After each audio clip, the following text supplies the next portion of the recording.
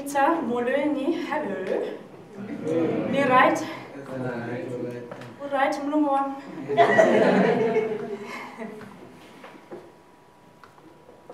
Okay.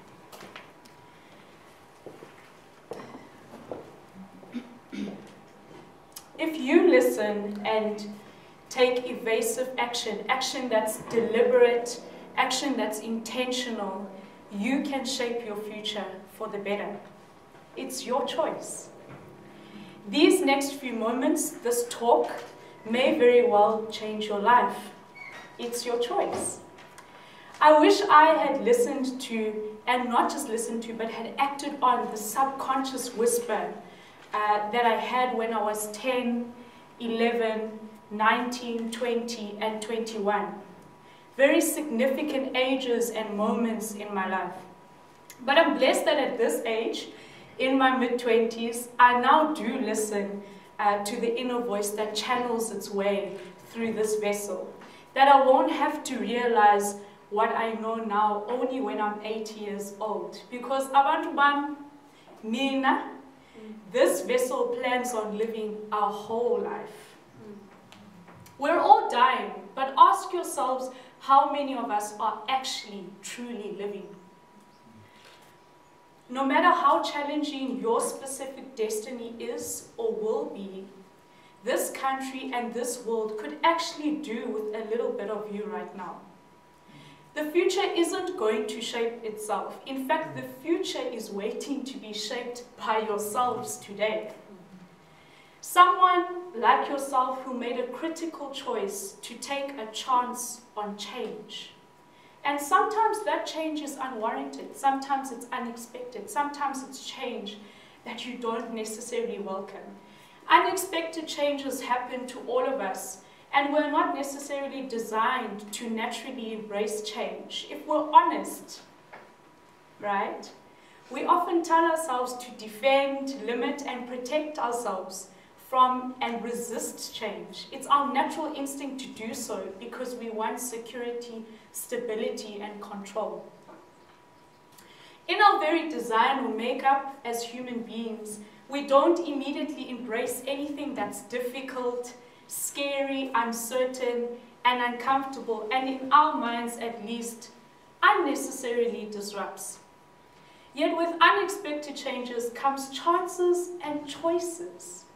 The darkness isn't always a punishment, sometimes it's an opportunity. At the age of 10, my father passed away. 1 minute he was there, the next he was gone. And let me tell you this, if you haven't yet been through it yourselves, no one can prepare you for the loss of a loved one, particularly at a young age. And people often treat it like a moment, but it isn't a moment. It's a journey that you have to walk every single day. And death remains an unexpected change. If it's not us, it's someone that we know and love. Between the ages of 11 and 20, I was with my single mother. What a wonderful woman. So if I say so myself. Surrounded by financial instability, unemployment, substance abuse, domestic violence, sexism, and mental health conditions, you name it. That is the story that my mother and my siblings and I lived at that particular time and during that age. It's what crept in and out of my life in episodes throughout my adolescence. Once again, change after the death of my father had knocked on my doorstep. When not hearing about incidents from a distance, I would personally witness or become victim to some of the most violent acts you could ever fathom. My mother was once thrown out of a car. Bloodied, disorientated, and injured, she still found the courage to walk herself home. It's a choice that she took in the 5 seconds after having been thrown out of a car. The tension between the truth of what was happening in my life throughout my adolescence and the art of mastering false pretense in the public and in society is what kept me preoccupied. A society in denial does this too, particularly an unequal society. It waits. The privileged person, and privilege comes in many different forms. There's no single form of privilege. Masters the art of pretending not to have too much.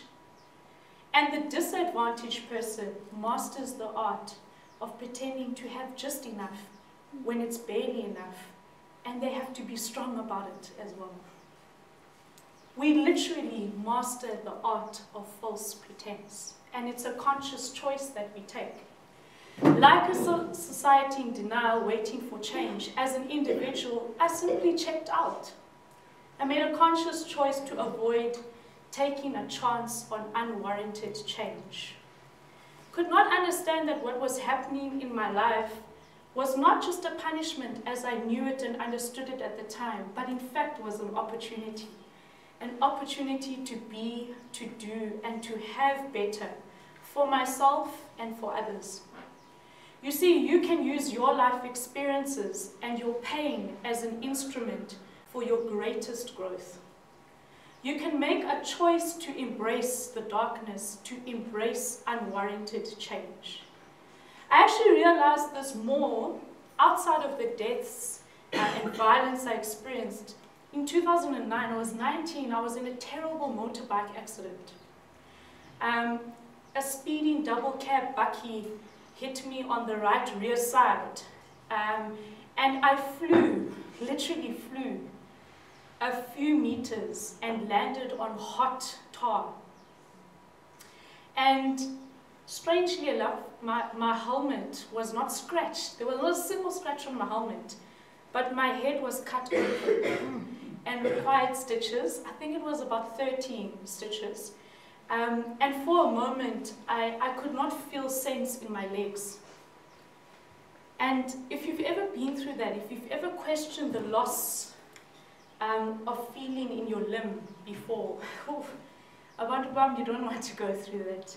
Because in those seconds, you have a choice. You have a choice to say, okay, irrespective of what's happening right now, I can conquer and fight, or I can just give in and say, look, I've just landed on some hot tar on a Friday afternoon, and panic. And that's not an option. Don't check out. And there was this 5-second gap between my last conscious thought and the shutting of my eyes whilst I lay down on that tar road. And an inner voice whispered to me to no longer waste time, to no longer wait on life, to be reminded once again, because they whisper to you, those reminders are whispers to you all the time, that life is waiting on you to act.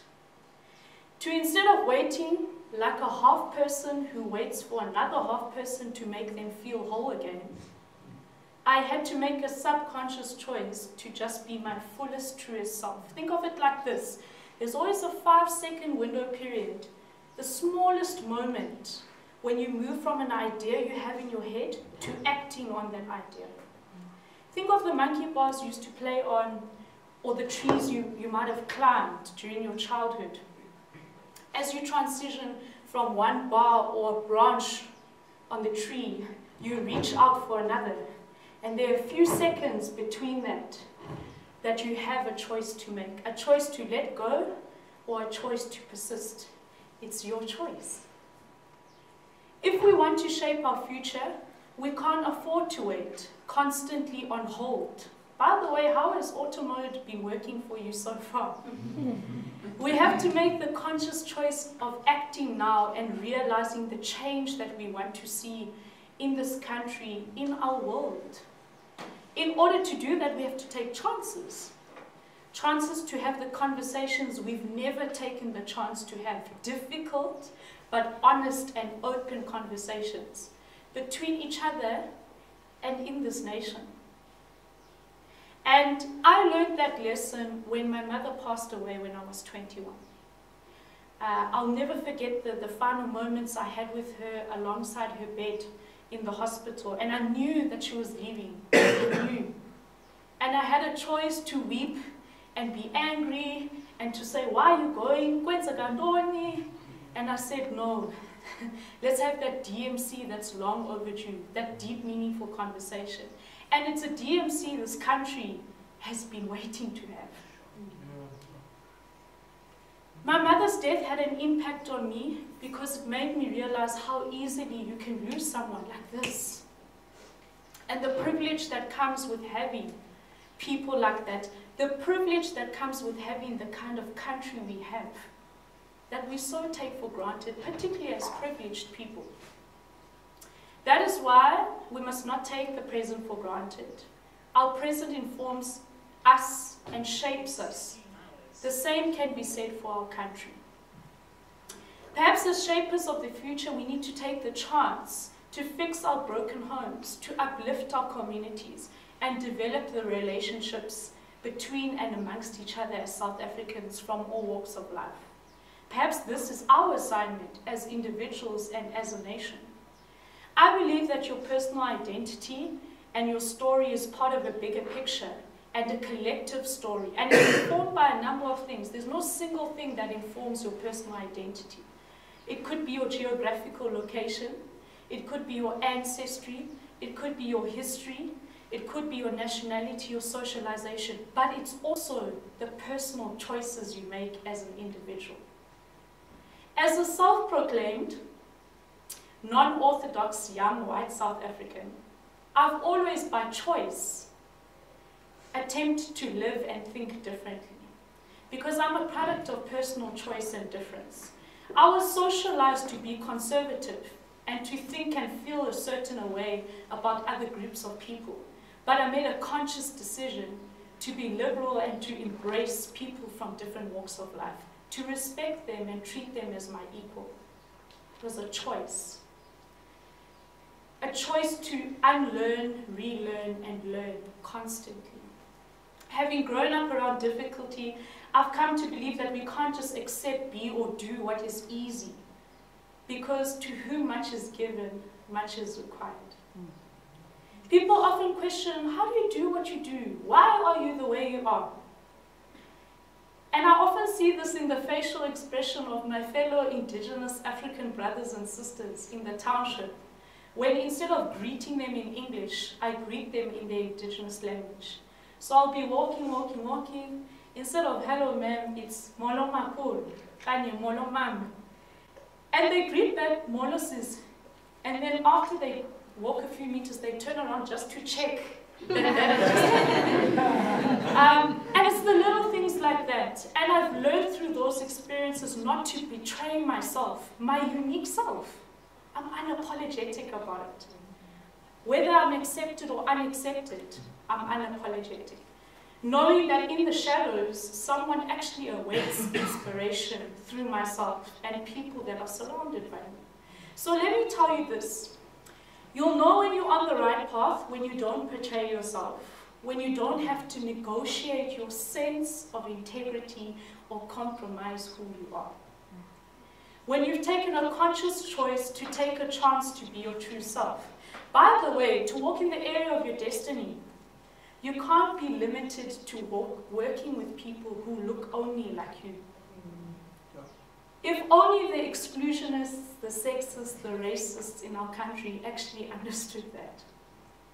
We're so easily distracted by comparisons. The comparisons we make and the change that we resist, that we end up being and doing nothing. And it's not because we don't have potential or talent. The potential and talent, like change, is there. It's waiting on us to act, waiting for us to pay attention, waiting for us to make a choice to act.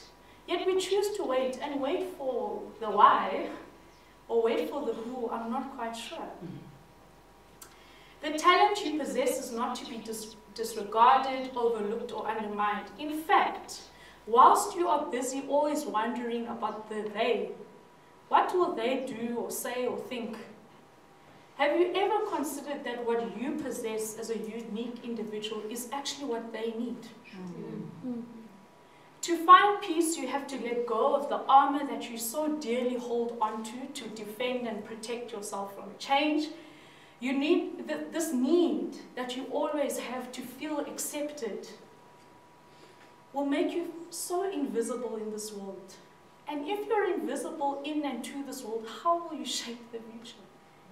Never lie to people for acceptance because you haven't yet accepted yourself. Nothing runs deeper than the pain of not loving yourself. Know that when you've made your choice, it is providence that is your guide. Good, bad, or indifferent, your fate lies in that.